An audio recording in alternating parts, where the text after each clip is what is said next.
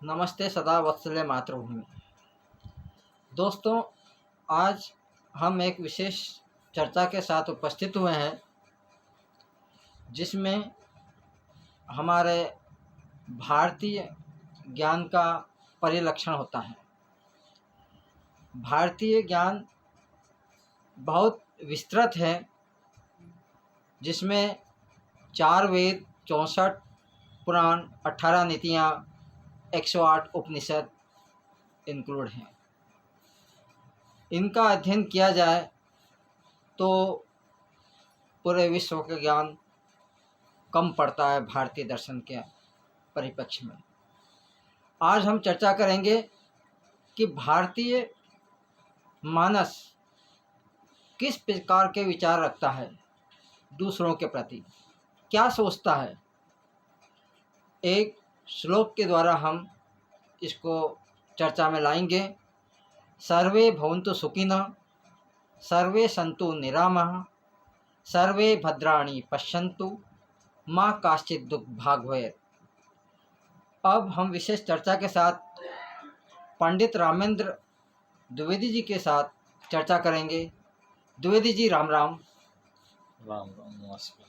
हमारे दर्शकों को ये बताइए, भारतीय ज्ञान दर्शन जिसमें एक श्लोक आया है, सर्वे सर्वे भवन्तु सुखिनः, सर्वे सन्तु निरामः, सर्वे भद्राणि पश्यन्तु, माँ काश्चित् दुःखभाग् भवेत्। इस पर विस्तृत मार्गदर्शन कीजिए। आज का विषय आपने बहुत ही एक उत्तम विषय लिया है जी हाँ, जो भारतीय दर्शन से प्रेरित है। जी हाँ, और भारतीय दर्शन और अध्यात्म के बारे में आप अच्छी तरह जानते हैं जी हाँ, कि हमारे जो शास्त्र हैं, जी हाँ, वेद हैं, पुराण हैं, जी हाँ, उपनिषद हैं, जी हाँ, इसमें इतना ज्ञान भरा पड़ा हुआ है जी हाँ, कि हम यदि एक एक ग्रंथ का भी अध्ययन करें तो जी, उसमें वर्षों बीत सकते हैं। जी, और वास्तविक ज्ञान अगर हम पाना चाहते हैं तो हम जी, उसमें अपना स्वयं का जो है बलिदान करें, जी, स्वयं की जो है तपस्या करें, परिश्रम करें, जी हाँ, उसका अध्ययन करें, मनन करें। जी हाँ, और उसके लिए जो अति आवश्यक नियम होते हैं उनका पालन करें। जी, तो हम इस जो गूढ़ ज्ञान को समझ सकते हैं, जी हाँ, अनुभव में ला सकते हैं। जी हाँ, और जो ऐसा कहते हैं ना, प्रत्यक्षम किम प्रमाणम, जी, जो आप देखते हैं, अनुभव करते हैं, आप शोध करते हैं या उसमें कुछ आप जानकारी बढ़ाते हैं, जी हाँ, तो वो वास्तव में उसको प्रमाण की आवश्यकता नहीं होती।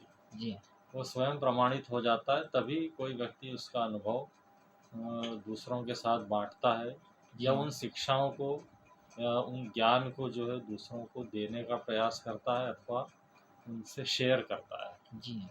तो आज हम ऐसे ही एक श्लोक पर जो है सर्वे भवन्तु चर्चा सुखिनः। करेंगे। जी हाँ, जो हमारे जो भारतीय संस्कृति है, जो हमारे विचार हैं, जो हमारा सनातन धर्म कहता है, जी हाँ, वो पूरे परिवार के साथ ही पूरे राष्ट्र और पूरे विश्व के जितने देश होते हैं, जी हाँ, जो राष्ट्र हैं, और जी हाँ, पूरा वैश्विक विचार है, वैश्विक प्रार्थना है, जी हाँ, जो हम अपने लिए तो करते ही हैं, हम दूसरों के लिए भी करते हैं। जी तो हाँ, उसमें ऐसी जो है उत्कट एक ललक है, एक तड़प है, जी हाँ, जो एक प्रार्थना के रूप में प्रकट होती है। जी हाँ, तो ये जो आप श्लोक बता रहे हैं जी हाँ, कि सर्वे भवन्तु सुखिनः, जी हाँ, सर्वे सन्तु निरामयाः, सर्वे भद्राणि पश्यन्तु, जी हाँ, माँ कश्चित् दुःखभाग् भवेत्।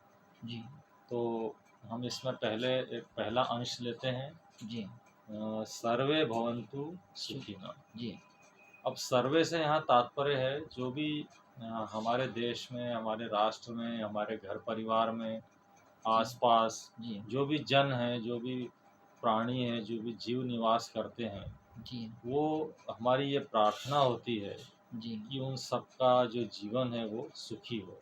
हाँ, जी सर्वे भवन्तु। भद्राणि, है ना।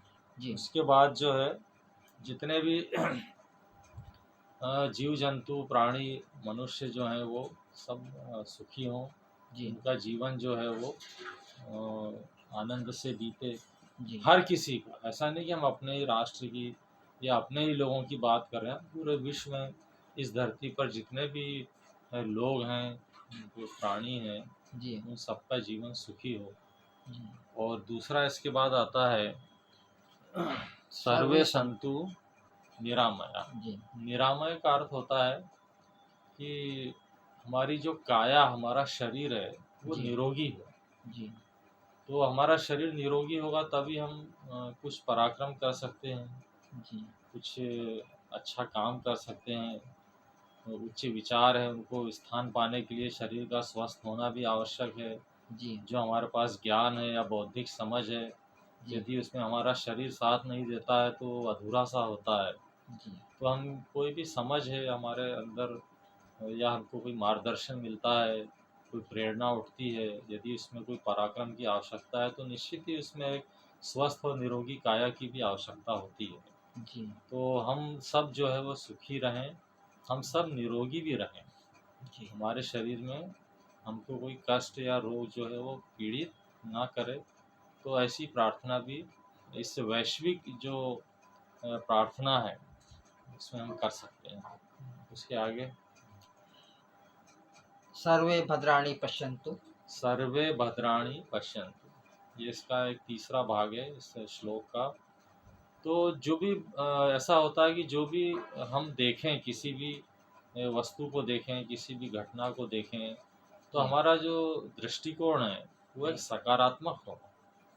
हम कुछ भी जो ऐसा चाहते हैं कि हम प्रसन्न रहें या दूसरे प्रसन्न रहें, जी यदि हम प्रसन्नता चाहते हैं तो हम दूसरों को भी उसी प्रसन्नता का एक भाग समझें, जी उनको भी हम उतनी ही मान्यता दें, उतना ही उनका सम्मान करें जितना हम अपने अंदर चाहते हैं कि हम सुखी हों, हम निरोगी हों और हम जो है प्रसन्न रहें, और हमें कोई ऐसा कष्ट ना हो। तो हम जो ऐसा कुछ दूसरों के साथ भी ना करें जो जी हमको स्वयं को भी अच्छा नहीं लगता है। जी।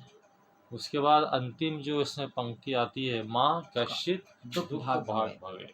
जी तो किसी को भी तनिक भी दुख ना हो, जी किसी को भी तनिक भी दुख ना हो, जी ऐसी हमारी प्रार्थना इन श्लोक के चौथे भाग में जो है वो पूरी होती है, संपन्न होती है। जी कि हम सब जो है सुखी हों, हम निरोगी हों, हम और अच्छा ही देखें चारों ओर, अपने जी अच्छा ही देखें, प्रसन्नता देखें, जी सकारात्मक भाव रखें। जी और हम ऐसा भी प्रार्थना करते हैं कि किसी को भी, जी मेरे अलावा, आपके अलावा, घर में जो रह रहे हैं उनके अलावा और भी जो मित्रगण हैं, जो सामाजिक लोग हैं हमारे आसपास रहते हैं, हम चाहते हैं कि किसी को भी कोई तनिक भी दुख ना हो। तो ये केवल कहने की बात नहीं होती है, कोई अनुशासन के लिए कोई बात कहें, कुछ कहें, और उसको हम अगर अपनाते हैं, सत्य जो सत्य बातें होती है, जो उचित ज्ञान होता है, यदि वो उसको सुनने से और उसको मानने मानने से अगर आपको अच्छा फील नहीं होता है, जी तो ये हमारी दुर्बलता होती है हमारे चित्त की। तो हम ये चाहते हैं कि किसी को भी कोई दुख ना हो। यदि किसी को ऐसा लगता है कि हमको कोई कष्ट है, ऐसा बोल रहे हैं, ऐसा बता रहे हैं, हमसे तो ये कहा जाता है, वो कहा जाता है, या जी हमको तो डांट देते हैं, या हमको अच्छी बात, कोई सच्ची बात यदि आप किसी से कह दो तो जी उसको चूँकि इतना मान लो कुछ समझ और होती है, किसी का स्वभाव कुछ होता है।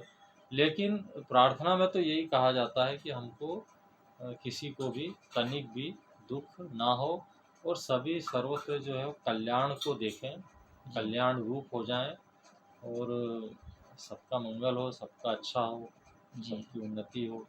ये इस प्रकार से हम एक आर्त स्वर में पूरे मानव समाज के लिए, प्राणियों के लिए भी, जी जीवों के लिए भी, सबके लिए ये प्रार्थना होती है। जी और इससे श्रेष्ठ कोई प्रार्थना हो ही नहीं सकती। जी। हमारे युवा वर्ग के लिए कुछ मार्गदर्शन। युवा वर्ग जो है वो आजकल, अभी इस समय तो बहुत से युवाओं का जो है परीक्षा का भी समय चल रहा है। जी तो पहले तो हम उनको सबको ये शुभकामनाएं दें जी कि जिनके पेपर्स हो चुके हैं, जी उनका भी जो है रिज़ल्ट है, उनका जो परिणाम है जी वो उनके मन के अनुकूल अगर उन्होंने प्रयास किया है तो अवश्य मिलेगा। जी और यदि कुछ कम या न्यूनाधिक कोई प्रयास रहा हो, कुछ कमी रह गई हो, जी तो वो अपने आने वाले समय में आने वाली जो परीक्षाएं होती है जी उनमें अपना ध्यान रखेंगे और उस दुर्बलता को या उसमें कोई कमी रह गई है उसको दूर करेंगे जी और परिश्रमी बनेंगे और अच्छी सफलता प्राप्त करने के लिए प्रयास करेंगे। क्योंकि यदि हम अपने रिज़ल्ट के बारे में अच्छा सोचते हैं तो हम हमारे साथी के जो परीक्षा परिणाम है या उसका जो आगे का जीवन है उसके बारे में भी यदि हम शुभ विचार रखेंगे जी तो निश्चय ही भगवान आपके साथ भी अच्छा ही करेगा। जी तो हमारी सबकी ये शुभकामना है और युवाओं को भी जो अपनी सोच है, जी क्योंकि क्या होता है कि आजकल बहुत मॉडर्न एज है, जी समय जो है घटनाएं हैं वो तुरंत पता चल जाती हैं। जी तो किसके साथ क्या हुआ, किसने क्या किया, ऐसा क्यों हो रहा है, जी या कोई भी इतना कहा सुना जाता है कि जी हमारे चित्त में भ्रांतियाँ उत्पन्न हो सकती है। जी तो युवाओं को कभी भी थोड़ा सा गंभीर होकर के किसी के भी शब्दों को सुनना, किसी जी बात को सुनना, उसको समझना चाहिए, उसको परखना चाहिए जी और कोई अच्छी बात हो, अच्छी शिक्षा हो तो उसको अमल करना चाहिए। जी चाहे वो हमारे लिए थोड़ा कठिन हो या कठोर हो, जी लेकिन वो भविष्य के लिए अच्छी होती है, जी हमारे हित के लिए होती है, हमारे जी उद्देश्य को पूरा करने के लिए कही जाती है। यदि ऐसा कोई उत्तम ज्ञान, उत्तम कोई शिक्षा या कोई टीचिंग्स अगर हमको मिलती है जी और कुछ ऐसा व्यक्तिगत रूप से यदि हम उसको अपने ऊपर कोई एक लोड ले लें, अपने ऊपर कोई चित्त में भार ले लें जी या उससे हम कुछ विचलित हो जाएँ, जी तो ये सब चीज़ें आपको छोड़ना पड़ेंगी जी और आपको अच्छाई की तरफ बढ़ना है, जी तो थोड़ा वो संघर्ष हो भी सकता है। जी और आप बुराई की तरफ बढ़ेंगे तो संघर्ष ही संघर्ष होगा। हो जी सकता है कुछ चीज़ें अच्छी लगती हों, जी लेकिन वो सब लोगों के सुखी होने का पर्याप्त संकेत नहीं देती। जी इसलिए युवाओं को चाहिए कि वो बहुत सी अच्छी बातों की ओर अपना मन लगाएँ जी और जो सनातन धर्म है, जो जी हमारा वेद परंपरा है, जी आज आधुनिक युग में हम उसको किस तरह से लागू कर सकते हैं, जी वो अपने स्वयं के बारे में भी इसको समझें, घर वालों को, अपने से छोटों को भी उस ओर प्रेरित करें। तो जी युवा एक मतलब महत्वपूर्ण भूमिका हाँ, अदा करता महत्वपूर्ण भूमिका निभाएँ और सबके बारे में अच्छा सोचें। है जी मौज मज़ा करना ये तो हल्का-फुल्का ठीक है, लेकिन बहुत गंभीरता से जीवन को जीना चाहिए जी और उसमें आगे बढ़ना चाहिए और उसी में प्रसन्न रहने का अभ्यास भी करना चाहिए कि हम भी सुखी हों और जी दूसरे भी सुखी हों। जी दोस्तों आज हमने चर्चा सुनी तब युवा वर्ग को अच्छाई की ओर चलना चाहिए। दुनिया में जितनी अच्छाइयाँ हैं उतनी बुराइयाँ हैं। बुराई की ओर और जल्दी आकर्षित हो जाता है और अच्छाई की ओर उसको मेहनत करना पड़ती है। तो हम मेहनत के साथ अच्छाई की ओर हमारे कदम बढ़ाएं।